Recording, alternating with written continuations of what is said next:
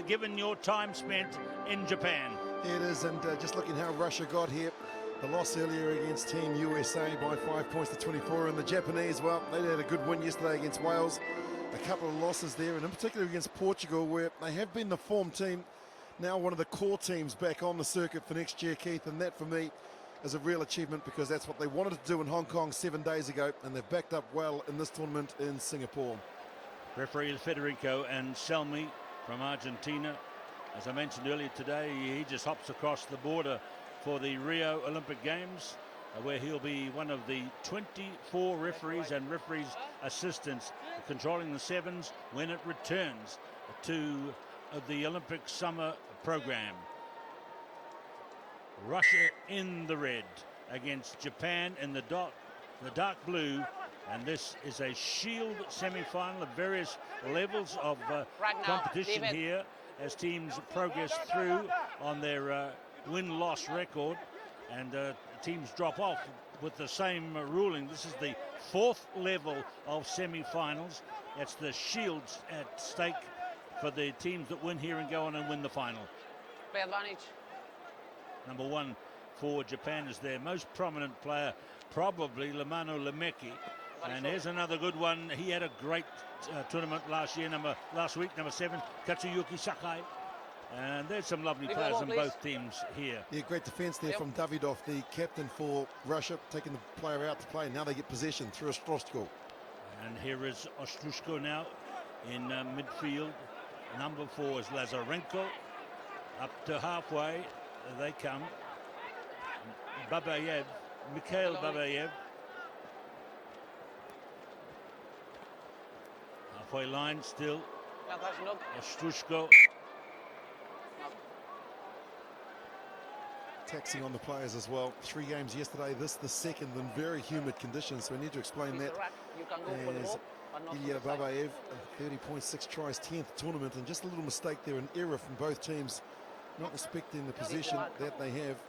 It's just a matter of calming down, concentrating, and just getting into your pattern and your sequences and looking for mismatches and then exploiting it through your quick players. Temperatures climbed to 35 degrees a couple of days ago, with a lovely mix of thunderstorms thrown in. There was a thunderstorm late yesterday afternoon in the city. It didn't affect anybody here though, all under the roof. The action, the Rugby Sevens action continued. And there is great work by Soijima. And Soijima has scored first in this game and put the Russians ahead. He's a good one for the Russians, Kameli Soijima. And he spent so much time down in Kyushu where the earthquakes are still having a major effect on that part of Japan. And have a look at the work of Lemeki here, going to work, getting the arms free, the ball out. And this is the most spectacular dive we've seen in Singapore thus far. The Tongan judge gives him a 9. Good on you, Willie. 9. I might give him a 9.4. Just to go ahead of you, but certainly good work by Soijima. He's from the Genkai Tangaroa club. So he's been around for just a couple of seasons. This is his second season on the tour, but a real find for the Team All Japan. And here is Sakai to resume at 5-0 in favour of Japan. So there's a significance in this game, Willie, in as much as they are announced as a core team. We know that they won their way through last week, and we're seeing a great run here by German Davidov, and he's got it with Ostroshko. He's shadowed by Sakai, but he's got there all the way. Vladimir Ostroshko. And inside him is Sozanov saying in Russia, why didn't you give it to me? Exactly. Sozanov has scored 3, but the top try scorer for the Russians. He plays wing and 3/4 in the 15-a-side game. He got a lovely pass from Davidov as captain, and then he had the angle. Sakai came at him, he came at him again. He says, get out of my way, I'm going over to score my 84th. And look at number 3. He's saying in the background, hey, I'm here. I'm your teammate. Give it to me. I'm here to help.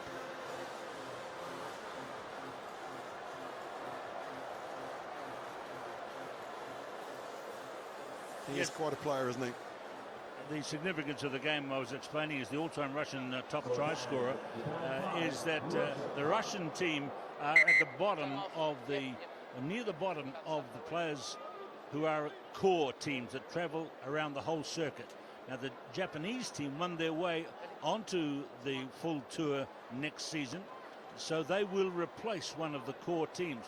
So the Russian position is slightly in jeopardy, along with Portugal, who we'll see in the next game, towards the bottom of the table. Portugal beat Japan this morning, so very even and very determined. Neither Russia or Portugal want to go out of the tour. They want to continue to develop their sevens programs. Willie, does that all make sense? Oh, definitely. And, you know, once you're on the circuit, it's a privilege. It's not a right, and they know that they have to fight for every single point that they get, and that's why these valuable matches against the team that's not a core team, you've got to get the maximum amount of points. So it's a 4-point gap before this tournament started, with the Russians ahead of Portugal. So it's not going to change by much here. Move now!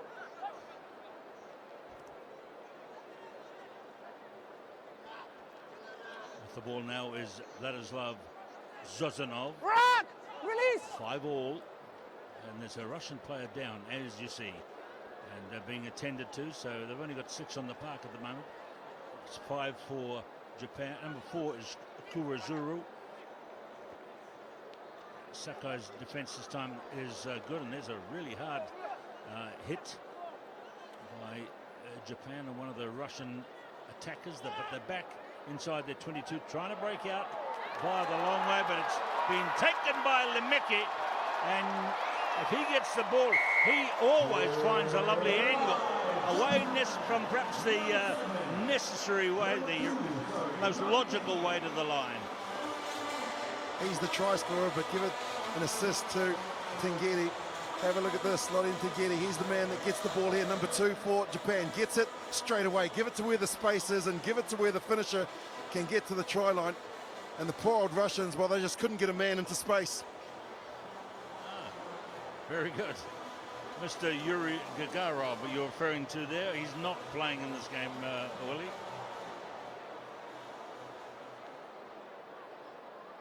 So there's Lemeki.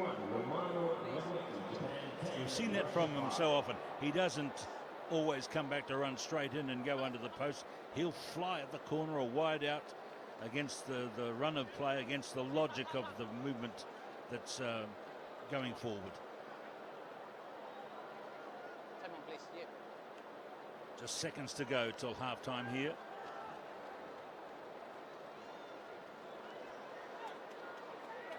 Good take there by Lazarenko. Now it's with Davidov, the captain. 22 line fired away by Ilya Babayev.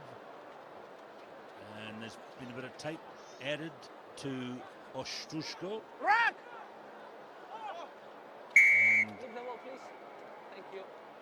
the referee's given a penalty to Russia, and he's invited the Japanese players to put the ball down where it happened. A lovely touch we see from the Japanese players. Willie, you played up there for all those years. The Japanese players, when they're subbed off the field, they come to the sideline, they turn and they bow to the field where they played. It seems to be a tradition. It's in particular after the game to thank the supporters for being there, but they now need to defend here as we're into referee's time. And there's the kick to the sideline by Sakai. They'll take the halftime break. They're in the lead over Russia by 10 points to 5, 2 tries to 1.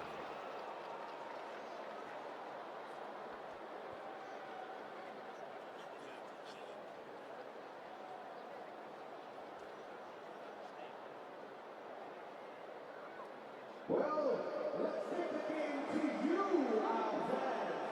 We are playing the balloon game. It's very simple. The more noise you make, the higher the balloon goes. The quieter you are, the lower the balloon goes. Okay?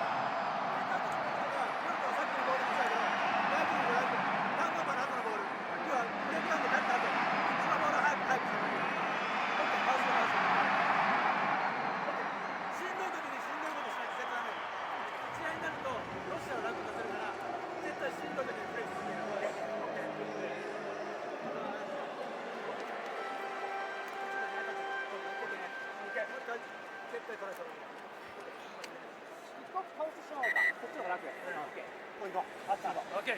Say, one, Love the last words there of Zettai Dikiru, which translated from Japanese to English as "we can do this." And just words of confirmation from the coach as we look at Vladimir Ostroshko. He's been in the wars a wee bit there. Just stitches after the game, that would be pleasant up around the eyebrow region.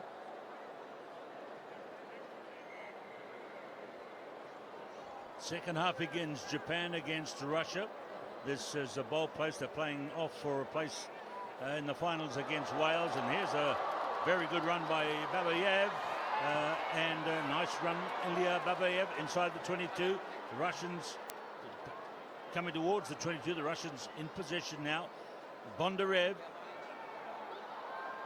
carried on by Jan Yushkin. There's the corner flag.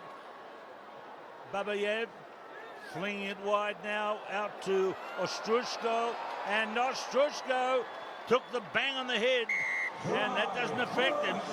Clear vision to the line. He picks up a double in this match and brings his team back. It's right from the kickoff, and then it's just lovely play here. Quick hands there from Babayev, created the space, and Ostrushko, that's one of the easiest tries that he scored in his illustrious career, and this to take the lead. He's missed.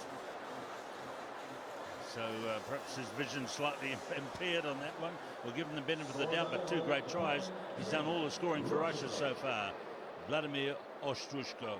Interesting too, Keith, because you look at the stats that we got from Hourglass yesterday, and the Japanese kick all of their kickoffs long, so they don't try and compete in the air, whereas you can guarantee that the Russians will put this ball on a dime on the 10-metre and get up and compete. That's exactly what's happened. And held up beautifully for the camera shot was Kazuhiro Goya. Japanese are at their best when it's sharp running. There's Goya again. And look at this from them. Goya for the third time. And it's now Shojima away to Lemano Lemeki. Nice here from All Japan. no hands. Lotte Tugiri. Oh, running for the gap and through is Kasushi Hano off the substitutes bench here in the second half, and Japan go into the lead again. Lovely first try for him in Singapore, and that's a total team try right from the kickoff where you claim the ball and then you take options, and when you go working off the ball like Hano did, you get the rewards, because he started out on the left, came running towards the blind side, had too much pace for Ostroshko and the angle, and Japan take the lead again. Good contest this between two sides that want the points.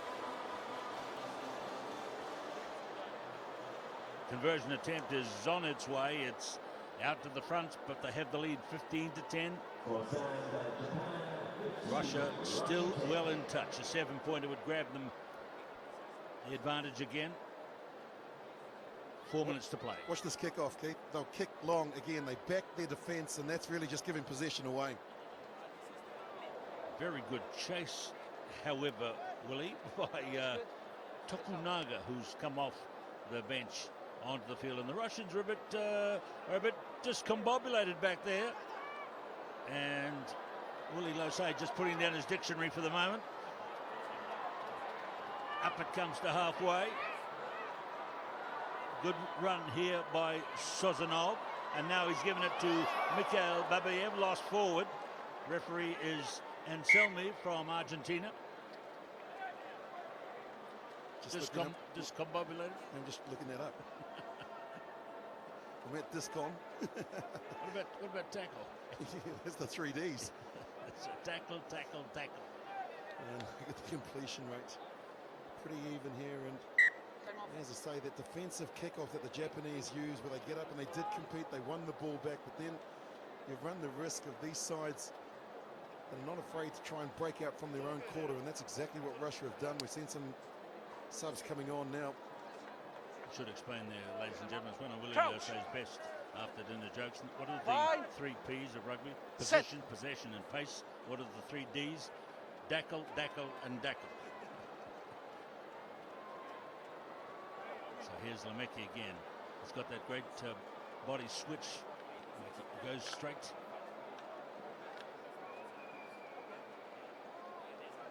Time's clicking away for Russia here. But they've got a chance at a set start here. And that's what the Japanese don't want to do, is get confrontational. Once they get into the contact area like that, players like Sozonov, Babayev and Filatov are actually going to come racing in to try and shut it down. And we've seen the body shapes of the Japanese are smaller than their opponents, and that's the reason why they've turned possession over and given Russia a wonderful attacking opportunity. Crouch. Line. Set. So here's Dmitry Sukin. And it comes to the back line. Japan with the 5-point advantage, the 5-point cushion, but maybe not for long. The way Sozonov has it now, number 3. Down he goes. Sukin over the top. Running it again out wide.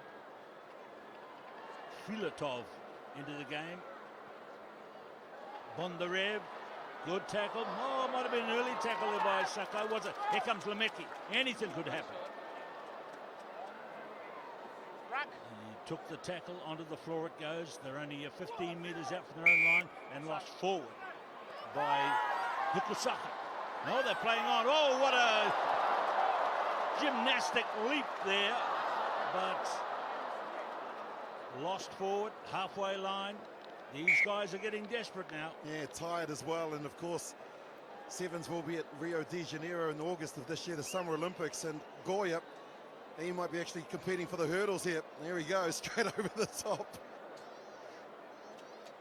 Well, Japan will be there. Well, they've qualified as the Asian leaders. Russia not yet qualified.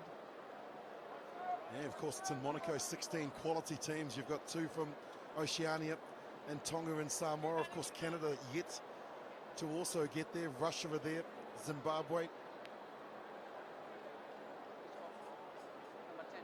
What a contest that will be to get that 12th final spot. 16 nations here at a HSBC Sevens tournament, but the Olympic rules for all the team sports are 12 teams, so 12 men and 12 women go to the Rugby Sevens, 12 basketball, 12 football, etc., etc., volleyball, handball, all the other team sports, 12 teams only at the Olympic competition, so rugby has to fall into that, into those rules. Russia with 30 seconds to play. Can they get a break? Here comes a charge, and it is by Filatov, and this one is Sukin bringing the ball forward. Straight away back to Bondarev. They're pretty good at finishing the Russians. We've seen it from them late in the game. Diving in is Goya for Japan. Chance for the Russians. Yeah, not sure whether that was the right call there, because Sakai had all rights to the ball, but the Russians need to score, and need to score quickly. They need it now. And they've got it. And what's more, the try from Davidov, the captain, is behind the post. The conversion will be therefore easy. This is a moment for Russia and a cruel moment for Japan. These two sides 3-all before they started this match, and missed tackles are going to kill you. And in particular, the last 10 seconds of the match showed a lot of composure here. Davidov, the dummy, and then the fend off. Goya couldn't get there, and he bumped off Goto, brings it around to put them in a final. What a finish by Russia. Conversion is over, and the Russians are in the lead 17-15, and the final whistle has gone. So Russia goes through to the final of the Shield competition, and we say thank you to the Japanese.